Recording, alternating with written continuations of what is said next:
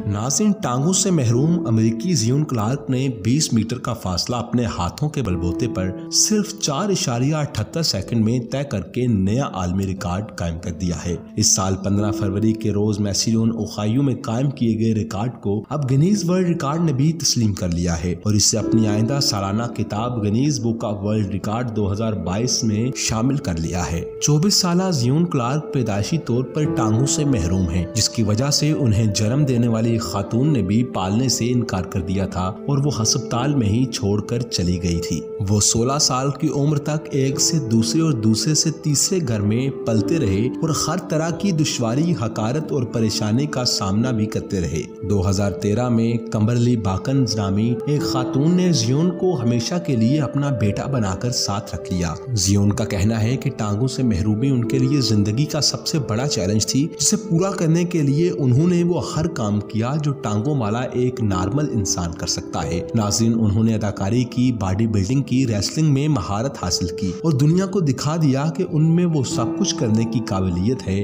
जो एक नॉर्मल इंसान कर सकता है।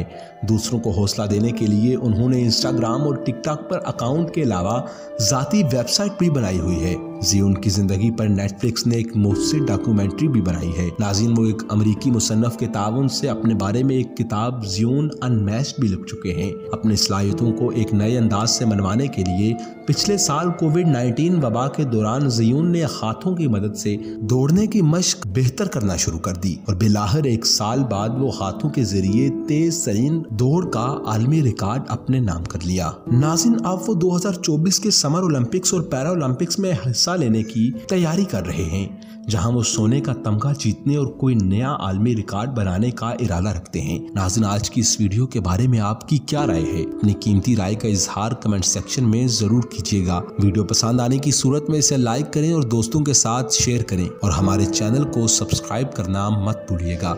मिलते हैं अगली वीडियो में। अल्लाह ने के बान।